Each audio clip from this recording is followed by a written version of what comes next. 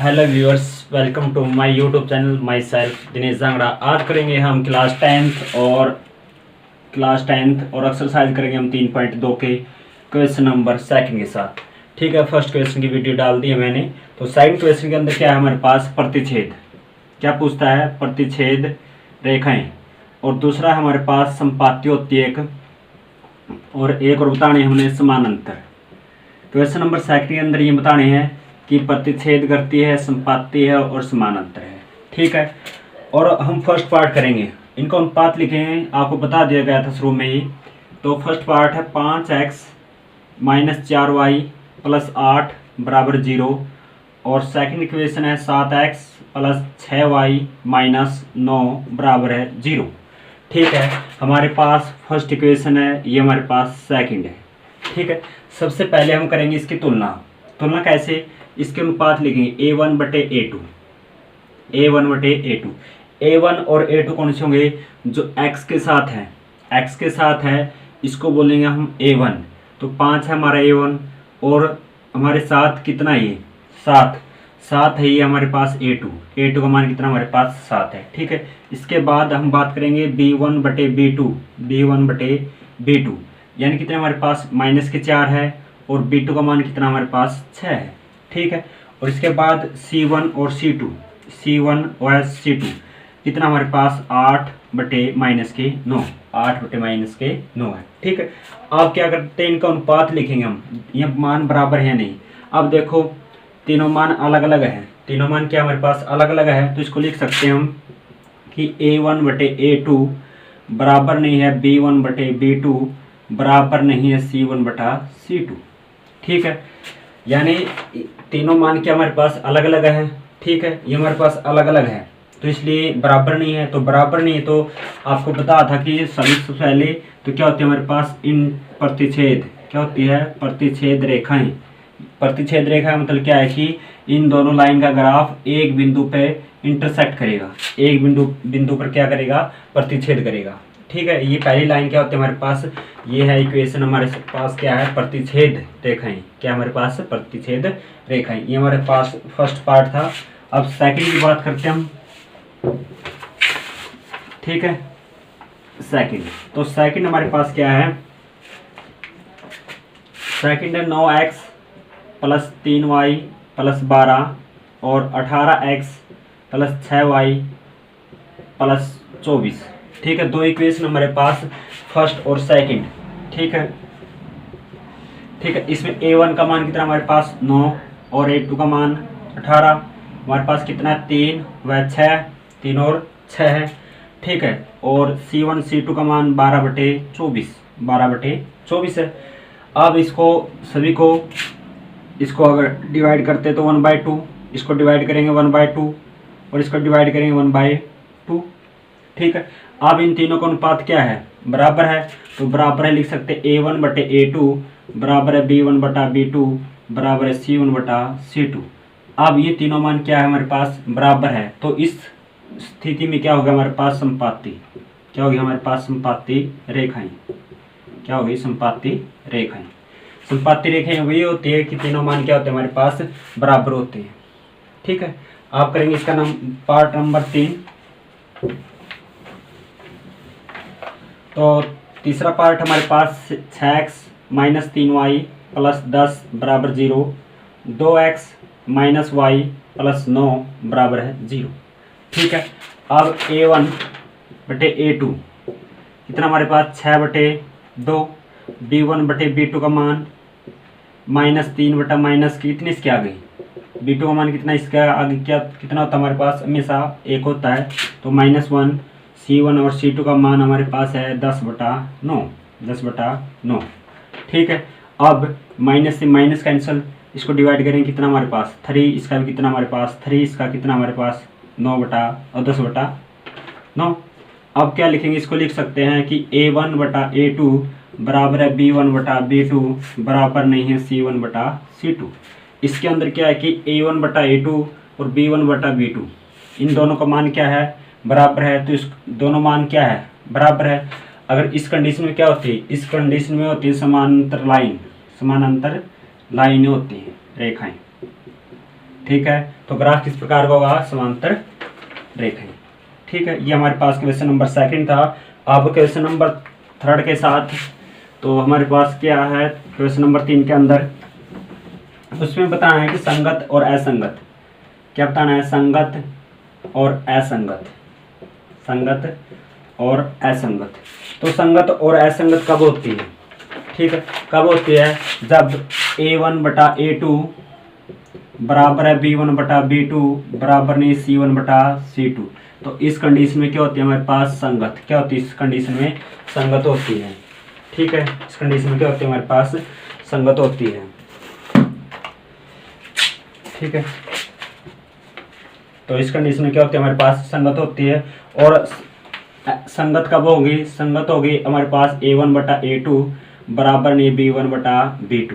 ठीक है, और क्या होगी, जब तीनों मान क्या हो हमारे पास बराबर, तीनों मान क्या हो बराबर, तब भी क्या होती है हमारे पास, संगत होती है। ठीक है, आप सभी को समझ में आ गया कि संगत असंगत क्या होते हैं। संगत हमारे पास जब लाइनें प्रतिच्छेद करती है तब होती है, और साथ में जब संपाती होती है तब होती है, जब लाइन समानांतर होती है तब क्या होती है, असंगत होती है। तो क्वेश्चन नंबर 3 के अंदर यही है। तो फर्स्ट पार्ट करने जा रहे हैं हम उसका। तो 3x + 2y बराबर 5, और अगला है 2x - 3y बराबर है 7। ठीक है, सबसे पहले क्या करेंगे, इसको इस साइड ले जाएंगे। तो 3x + 2y - 5 और 2x - 3y बराबर -7। ठीक है, अब A1 बटे A2 3 बटा 2, B1 बटा B2 का मान कितना होगा हमारे पास, 2 बटा -3, और C1 बटा C2 का मान क्या होगा हमारे पास, -5 बटा -7, माइनस से माइनस कैंसिल। तो क्या लिखेंगे अब यहाँ से, तीनों मान हमारे पास अलग अलग है तो तीनों मान बराबर है, तो इसको लिखेंगे A1 बटा A2 बराबर नहीं है B1 बटा B2 बराबर नहीं है C1 बटा C2। आप देख सकते हैं तीनों मान बराबर नहीं है, तीनों मान बराबर नहीं, तो इसका हल कौन सा होगा, संगत। क्या होगा हमारे पास, संगत। क्या होगा इसका, संगत होगा। ठीक है, ये क्वेश्चन नंबर था हमारा तीसरा का फर्स्ट पार्ट, और सेकंड करेंगे। अब सेकंड पार्ट करने जा रहे हैं। तो सेकंड के अंदर क्या है कि हमारे पास 2x - 3y बराबर 8 और 4x - 6y बराबर 9। ठीक है, सबसे पहले इसको लेके आते हैं, 2x - 3y -8 और 4x - 6y -9 बराबर है 0। ठीक है, A1 बटा A2 2 बटा 4 है, इसको कितना हमारे पास 1/2, और यहाँ से B1 बटे B2 कितना होगा हमारे पास, -3 बटा -6 कैंसिल, कितना हमारे पास 1/2। C1 बटा C2 का मान हमारे पास कितना होगा, -8 बटे -9। अब देखो कौन से मान बराबर है हमारे पास, A1 बटा A2 B1 बटा B2 दोनों मान बराबर है, तीसरा मान बराबर नहीं है। जब A1 बटा A2 बराबर है B1 बटा B2 बराबर नहीं है C1 बटा C2, तो तब क्या हो गया हमारे पास, ये हो गया हमारे पास असंगत। क्या हो गया हमारे पास, असंगत होंगे। ठीक है, आप सभी को आया समझ में। अब करते हैं इसका पार्ट नंबर 3। तो पार्ट नंबर 3 के अंदर क्या हमारे पास, तो 3 बटा 2 x + 5 बटा 3y बराबर 7, और सेकंड इक्वेशन है 9x - 10y बराबर है 14। ठीक है, सबसे पहले क्या करेंगे इसको, 3 बटा 2x + 5 बटा 3y -7 बराबर 0, तो 9x - 10y -14 बराबर है 0।